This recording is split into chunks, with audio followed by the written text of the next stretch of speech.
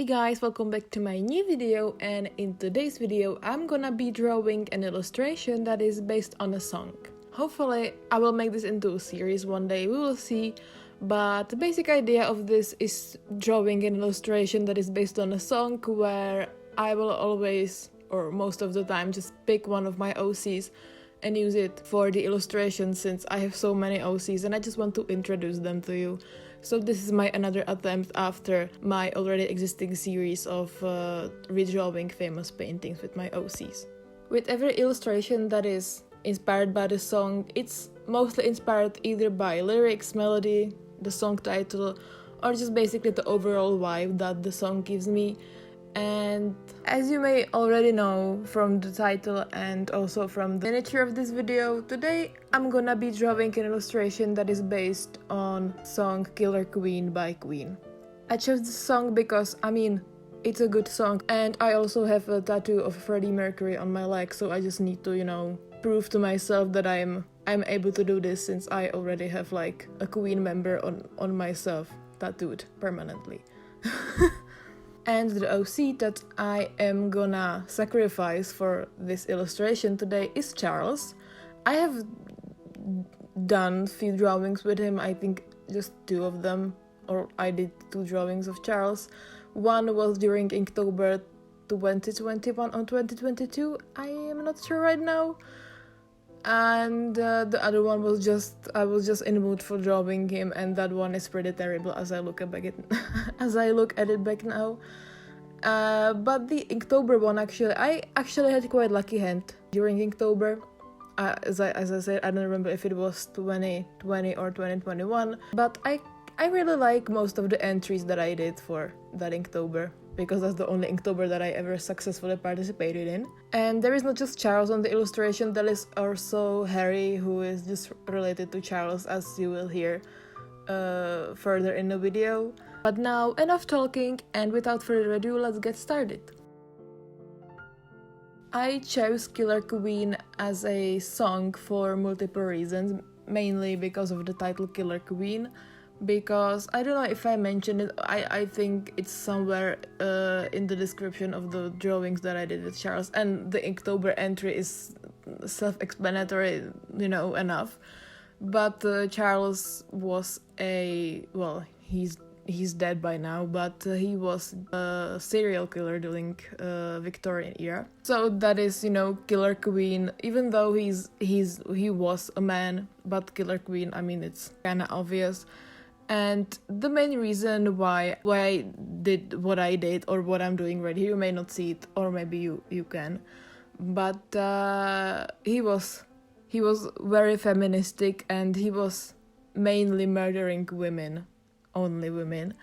And for his one murder, he actually dressed up as a woman, so he was pretending to be like, I'm a female, I'm, everything but not dangerous man who tries to kill other women. So that's why, Killer Queen is, I think, quite suiting for this whole thing. So that's why I chose it in the first place. And also because of the lyrics of the song itself. I won't play the song here because I don't want YouTube to, ban me or something. So I think you know the song, but if you don't, then you should listen to it after watching this video to get the whole vibe of this. But the song lyrics basically are, to me, like, elegant, but dangerous at the same time. It just gives me this sort of vibe. I don't know, maybe I'm the only one, but I've watched a few videos about the song itself, and the guy who was talking about it was basically saying the same thing, that it's elegant, but the lyrics, if you listen to them or if you just read them, it is what it is. But now more about Charles himself. As I previously said, he lived back in Victorian period. He was part of a wealthy family, but he never had really good relationships with basically most of the family members, except one. I will get to that in a minute. But the beginning of the whole Charles's life/story starts when Charles's father, as a wealthy man, he had like sort of weird strange hobby of going to whorehouses, and I hope I hope YouTube won't take this down because of this word, because I know it can get really sensitive. And he just liked to spend time with other women, even though he had a wife at home with already like 2-year-old son, who was not Charles. And after a few years of doing this, one day one woman came up to him that he recognized because he spent quite a lot of time with her, and she handed him a baby, a newborn, and she told him that he has to keep it since she's not able to afford to have a baby, and she's not just able to afford to take care of it since she was, a prostitute. She just wanted to give the baby the best life that she possibly can, as since she knew that the baby was his, since she's only used to spend time with this man, so she was like, it's yours. I know it is yours. So the Charles's father had, basically no option, and he didn't want to leave the baby somewhere lying on the ground, just dying from basically any kind of disease that was up to date back in Victorian London. When he came back home with the baby, he made up a story how he found a dying woman with a baby in her arms, and he basically saved the baby because it would, die with the woman since she was already like sick or whatever. So, and his wife believed it because she would never think anything bad about her husband, right? So, as they, were welcoming their new son to their family, they named him Charles. So that's how basically Charles was born.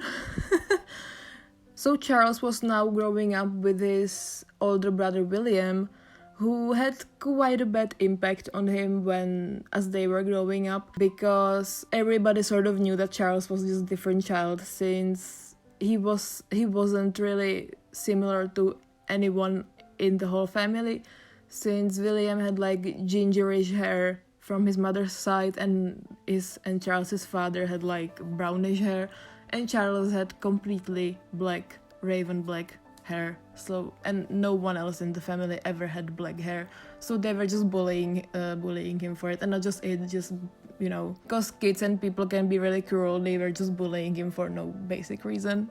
And as you may know, the bullying affected Charles quite a lot, because being bullied by his older brother and also friends during his school years. So when Charles was 15, he ran away to his grand-uncle's place that was in the countryside, and his grand-uncle was no one else than Harry. And since Harry was sort of black sheep of the family himself, he accepted Charles and just let him live with him.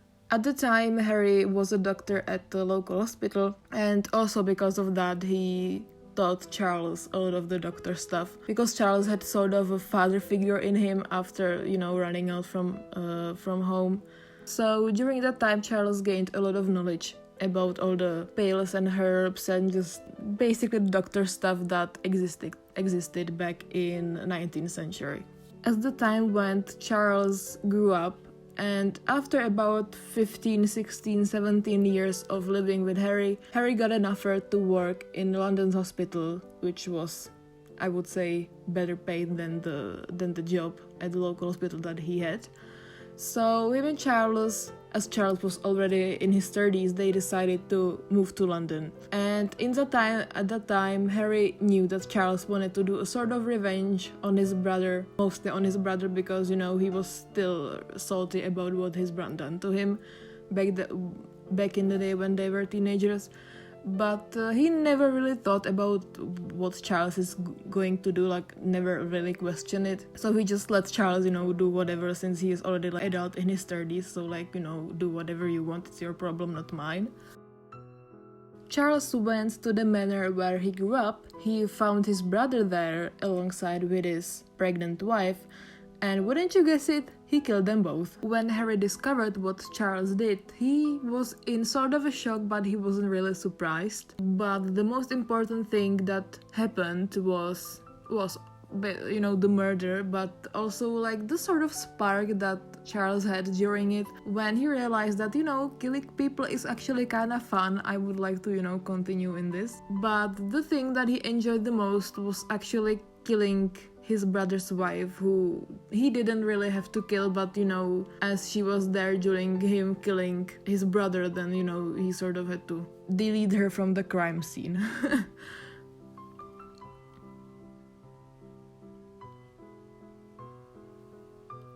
So that was basically the moment when Charles just started dreaming of killing women like a true gentleman and not really caring about men.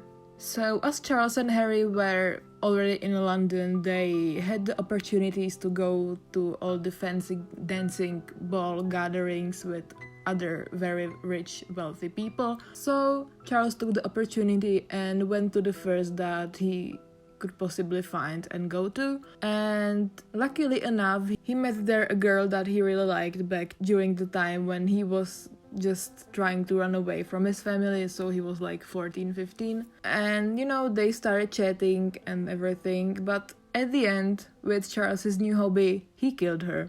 And there was really no reason for him to do that. He just wanted to. As killing her brought him quite a lot of adrenaline and joy and every feeling that murder shouldn't give you, he wanted to go to the next level. And now I'm finally gonna talk about stuff that I wanted to talk about and are fully related to the drawing that you're seeing right now. And he wanted to have his next murder a little bit more special than the one that he did with his brother and his wife and the girl that he killed. And he actually dressed up as a woman to, be able to get closer to other women and not be that suspicious of, being a creep. So he dressed up, he got a wig, he got a dress, he got everything. And maybe good to mention, alongside with his drawing, in the story or during Charles's, costume party, he was more covered. I uncovered his forearm, and in the story he also had a hat, so his masculine face features would get covered. But he had gloves and everything, so his skin wasn't that visible like it is on the drawing. I just wanted to emphasize it more for the illustration to be more like funny than realistic. So as Charles dresses up as a woman and goes to another fancy gathering, he actually finds a woman. She's actually the only one that recognizes him, that that's a male that is dressed up as a woman. And as they started chatting, it became more a chatting / flirting thing, even though it looked quite ridiculous since Charles was, trying to cover his deep voice. Anyway, after some time of chatting, flirting, they decided to go out because there was a park nearby the place that the gathering was at. So they went to the park to, have more private time. And during more flirty talking, the girl confronted Charles about killing her friend, who was the girl that he killed before. And as she was talking about how she found out, Charles and his confidence actually started working quite well, and he really said that, yes, it was me, I killed your friend, but it was nothing personal, as the woman was doing this all by herself, so she never told anyone that she's going to confront a murderer of her friend and is going to try to either kill him or just whatever she had in mind to do with Charles. She actually tried to at least stab him to just stop him from running away or something, but not really. Luckily enough, Charles put another verse card, and instead of her killing him, he actually killed her. The next opportunity that Charles got was another fancy gathering, but this time he didn't kill the girl right away. He actually kidnapped her first, since there was a good opportunity of doing that, so he just went with it, and he held her hostage for more than a month and was just drugging her and just brainwashing her basically. After about 2 months, Charles took the girl out and killed her somewhere on a street, so it wouldn't be obvious that he held her hostage. Now, a really important thing to all of this is that, as I said previously, Harry started working in London hospital, and the thing that he was doing there, he actually was doing autopsies, which means that every person that Charles killed, stabbed, or ripped apart, they immediately went to Harry, where just Harry did the investigation and everything. And as he was the only one who was doing all the nasty work of going through dead people's bodies, he already just edited all the notes to it and just covered the evidence that that could possibly lead police to really confront Charles about being the killer.